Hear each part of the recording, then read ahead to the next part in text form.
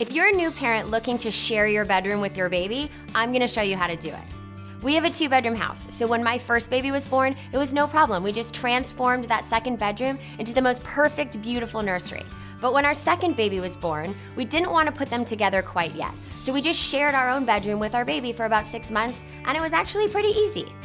Babies don't necessarily need a perfect nursery. They really just need a cozy, comforting space with a few key supplies. So today, I'm gonna show you some products that you should definitely get if you need to share your bedroom with a baby. First up, where does the baby sleep? We definitely didn't have space for a full-size crib in our room, so we just used a bassinet, and it was perfect. It's just the right size, so it doesn't take up too much space in the room. It has some convenient storage underneath where you can put extra blankets and supplies. And the other thing I loved is that it's really easy to move. So at night, I would just scoot it next to the bed for late night feedings. The changing table is another important part of the nursery that we did not have space for, but it really wasn't an issue. I just took the TV off the top of my dresser, and then I put the changing pad right down on top.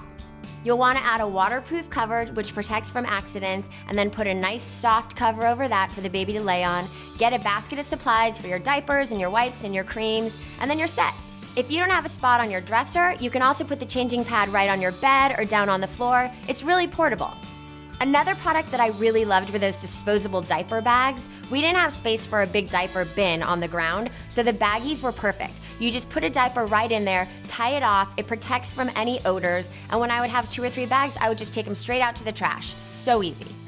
Next up, the rocker. I was actually pretty concerned about not having space for a rocker in my room because I spent hours rocking with my first baby in the nursery, but it really wasn't a big deal.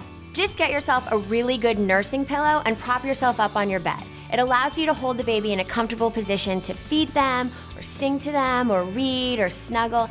It just gives you that really great bonding time with your baby. And finally, one thing that really helped us all get some sleep together in the same room was the white noise machine. You just turn it on at night, and it really does drown out any extra noise in the room. So if your baby wakes up in the middle of the night, they can't hear you breathing. It's also really good if one of you is a snorer, like my husband. The white noise machine really helps. I hope these tips help you out. Honestly, with a few key products, sharing a bedroom with your baby is really easy.